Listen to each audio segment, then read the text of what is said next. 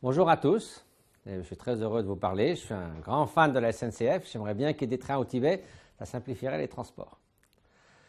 Donc là, je suis avec vous pour partager quelques idées sur le leadership, sur la coopération au sein de l'entreprise, sur la confiance, sur comment aborder le changement, sur le plan personnel, etc. etc. Tout d'abord, le leadership, comment être un manager, quelqu'un qui inspire.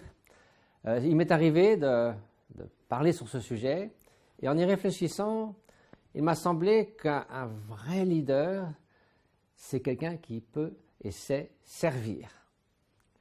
C'est-à-dire servir, bien sûr, les buts de l'entreprise, c'est pour ça qu'il est là, mais aussi servir ceux qui travaillent au sein de l'entreprise et servir la société au travers de l'entreprise.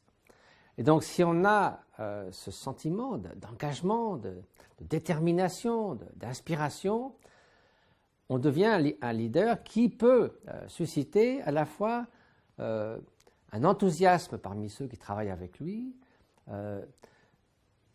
continuer avec joie de travailler au lieu de se sentir constamment sous pression, et aussi sentir que ce qu'on fait a du sens, contribue non pas simplement à remplir les tâches qu'on vous a accomplies, mais à quelque chose d'un peu plus large pour la société. Et donc, c'est une grande satisfaction. Et il y a beaucoup d'études qui montrent qu'une entreprise dans laquelle les gens se sentent plus à l'aise pour travailler, donc il y a plus de bien-être, fonctionne beaucoup mieux. On a des bien meilleurs résultats.